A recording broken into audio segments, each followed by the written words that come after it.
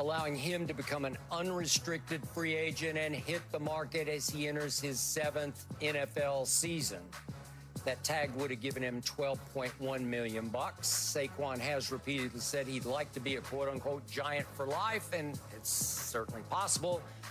Giants would maybe match the best offer he gets on the open market and keep him. But Keyshawn, scale of 1 to 10, how surprised were you as a Saquon fan that the Giants didn't apply a second tag? I mean, you said a 1 to a 10. I'm going to a 0, even though that's not what you asked me. Not surprised at all. We kind of knew this was coming. I mean, it's been out there that the running back position. All right, what if I say 1 to 10, how big a mistake did the Giants make?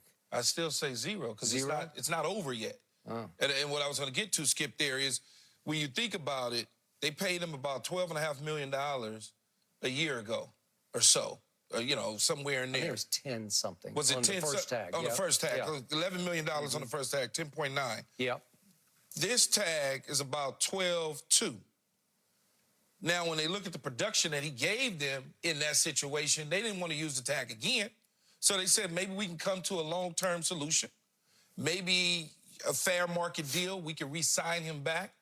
And if that's the case, and he wants to be a long-term Giant, then they have an opportunity to sign him back. I don't necessarily know that his feelings are going to go so deeply involved that he'll walk on them and go to the Dallas Cowboys or go to the Houston Texans, some teams that may look to, get his services that have the money to pay him. Hell of a player. Great back as far as I'm concerned right now in the league. Can catch the ball out of the backfield. Can hit the hole with the best of them. Can run on the perimeter. Not afraid of contact. All of those sort of things. Somebody's going to get a steal in this situation without overpaying because the running back market is so squashed down. That's why you have so many running backs available right now. In the league as a whole, they all kind of talk. It's almost like they say to themselves, this year, we're gonna saturate the market at this position, and we're gonna make it so that everybody at this position gets less money and we don't have to pay them. And then the next year it's the tackles, then it's the tight ends, and then it becomes the receivers, and then the defensive backs. A year ago, defensive backs couldn't find money on the streets. So you start to look at that and you say to yourself, okay, what's the real big plan for the Giants? Maybe not tying up this money in Saquon Barkley because they don't think they're going to be a very good football team, and he can't help them get to where they need to go with nothing else around them. They need receivers. The quarterback, whatever that is with Daniel Jones, they overpaid him, so they out on him for the most part, is what everybody's starting to feel and say. And then all you got is Saquon Barkley. You don't have you need more to compete, and all you got is a running back. So I'm not shocked at all, to be honest with you, Skip. Not at all. So are they he'll find a better home for him with the right amount of money if he walks from the Giants. So it sounds like they just conceded, right? They just waved the flag on the season, right? Is that what you're saying? That's what it sounds like to me. Really? That's what it sounds like to me. Okay, so let's do... Instead of fourth place for Dallas, you guys will be in third. Oh, okay. Well, because we're stuck with Dak, right, for one more year. Thank you for saying that. Okay, so scale of 1 to 10, how valuable is Saquon on the open market? You'd be a 10, right? Very high on him. Okay, you'd be a 12 or a 15. High. Right? The Cowboys should be knocking on his door. Well, then... The Cowboys and the Houston Texans should be knocking on his door. Really? Well, the Chargers, if they let Austin Eckler go, should be knocking on his door. All right, so speaking of the Cowboys, I'm going to give you one of your favorite stats, one of your favorite comparison stats. So Saquon Barkley, in the 10 games he's played against the Dallas Cowboys, who are his marquee rival as a Giant, is 0-10 because he's never really hurt the Dallas Cowboys. Only twice in 10 games has he even broken 100 yards against the Dallas Cowboys. And in those 2 games, the first time he had a 68-yard run, then he averaged 2.6 yards a carry the rest of the way. And the second time in 2019, he had a 59-yard run. So what he is the classic case. I'm going to use the analogy again. He is the home run hitter who will lead the league in strikeouts and hit 220 for you because he'll get you 1 or 2 a game. He will blind you with his highlights, but he cannot consistently gash you the way once upon a time Emmitt Smith gashed you, or even Josh Jacobs, the way he runs the football, has run the football for the Las Vegas Raiders, because those are chunks. It's 6 yards, 8 yards, 4 yards, 6 yards, 5 yards, 6 yards, 8 yards. Those are ball control yards. Those are eat your clock yards. Those are move your chains yards. And you don't get that from Saquon. So he's not a hell of a back to me. He's just a luxury back. He's an icing on the cake back. He'd be the last guy I'd want to be throwing $15 million at. You do understand, in the National Football League or in Major League Baseball or the NFL or even in hockey and in golf or certain courses you play, you do understand there's certain teams in certain places that you play, no matter what it is, you just have bad games sometimes and it doesn't work out. So Dallas had his number. But according to you with the Dallas Cowboys, if you play bad against the Cowboys, you stink. If you play good against the Cowboys stink and you should go get them. Would That's you the way say you those say. were his marquee games? No, I'm not going to say that. Well, they were. Marquee games. Every year they were. It's their biggest rival, even though Philly and obviously Washington are big rivals. Skip, it doesn't matter Dallas. about no rival. 0-10 against Dallas. I'm sorry. They had bad teams. Yeah. They had bad teams.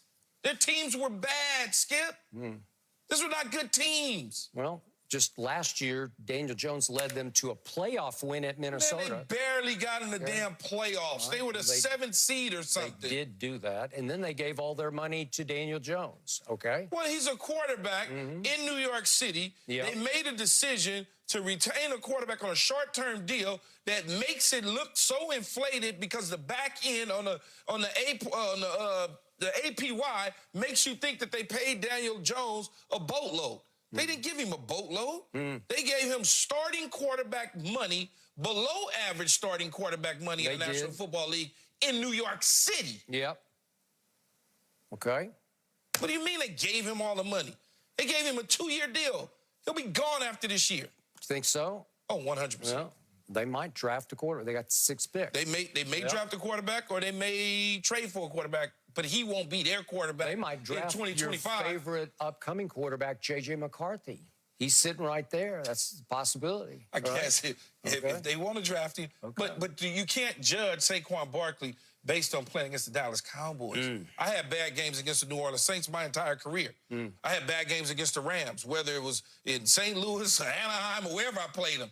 Bad games against those teams. I could not take advantage of them for whatever reason at all. And I know damn well I was a good player, and they couldn't take advantage of them. Okay, so but were they your rivals? Not doesn't really. matter, Skip. Saquon Barkley ain't sitting there talking about the Dallas Cowboys.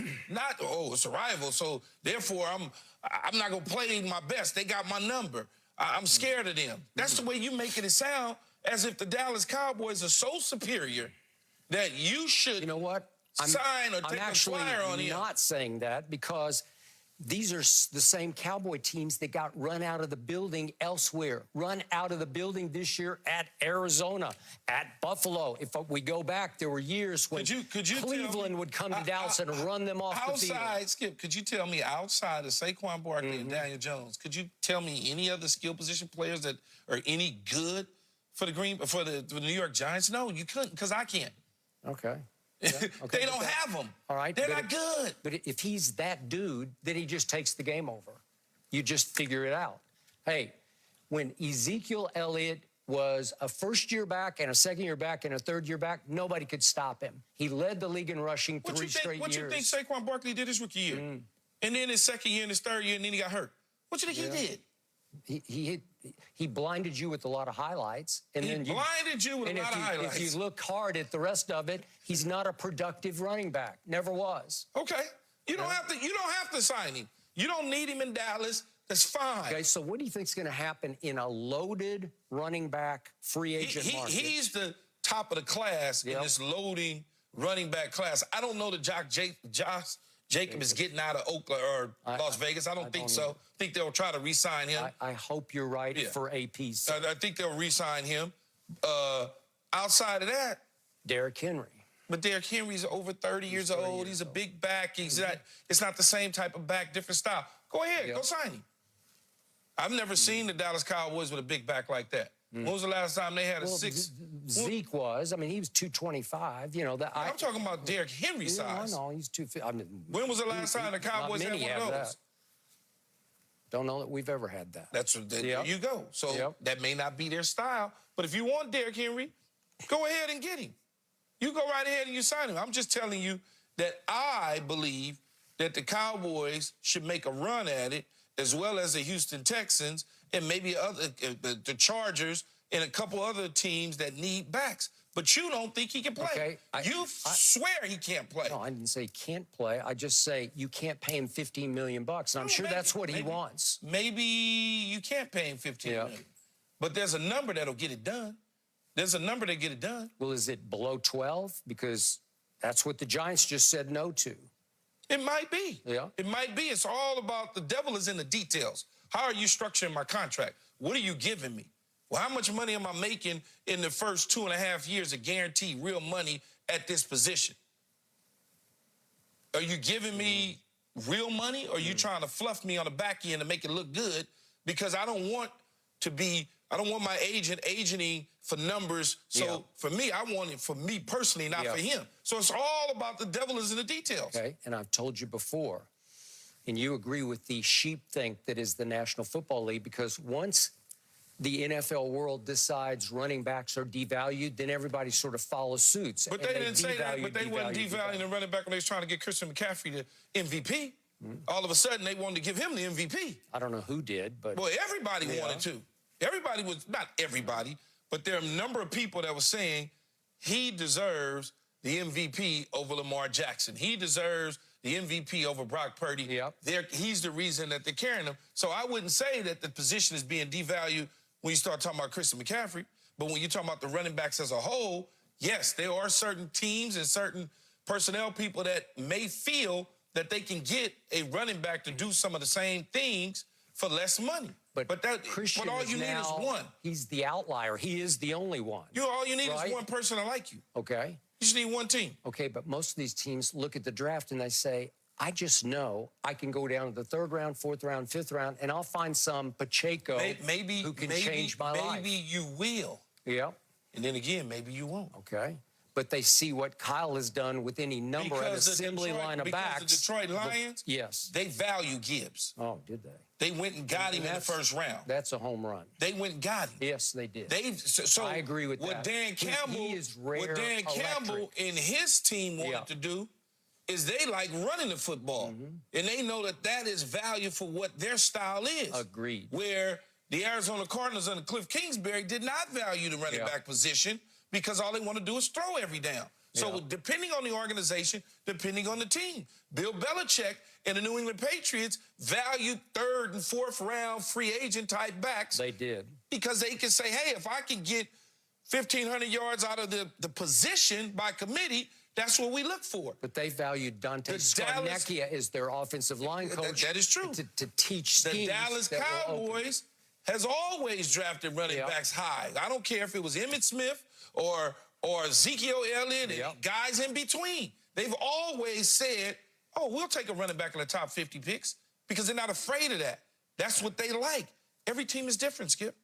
Every single team is different. Okay, but the league is looking at what Kyle has done with assembly line pre-McCaffrey and then what Mike McDaniel has done with assembly line backs and what Baltimore has done with assembly line backs.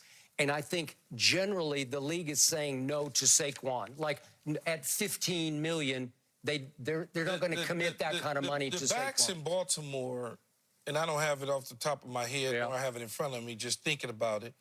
They had a number of backs that was high draft picks throughout their, when they got drafted. They took guys on the back end of their careers. They had backs at the end of their careers on the back end that they try to get things out of, whatever little bit they had left in them. But the Tennessee Titans have no problem taking backs high. They like backs. They like the Chris Joneses of the world, the Derrick Henrys of the world. They don't have so every organization is different, Skip. But it just y'all better find a back. That's what y'all better do. Well, it's possible we'll keep Tony Pollard, but he's out there also on the market. Yeah, but you gave him, what was it, $11 million last year? And I don't disagree with Michael Irvin's pound the table take. He wants Derrick Henry at a discount price. as the Thunder to the Lightning. If you get them both, great. Yeah. If you get them both, great. Okay. I don't know why Derrick Henry would go to that. New York Giants chose not to franchise Saquon Barkley for a second straight year.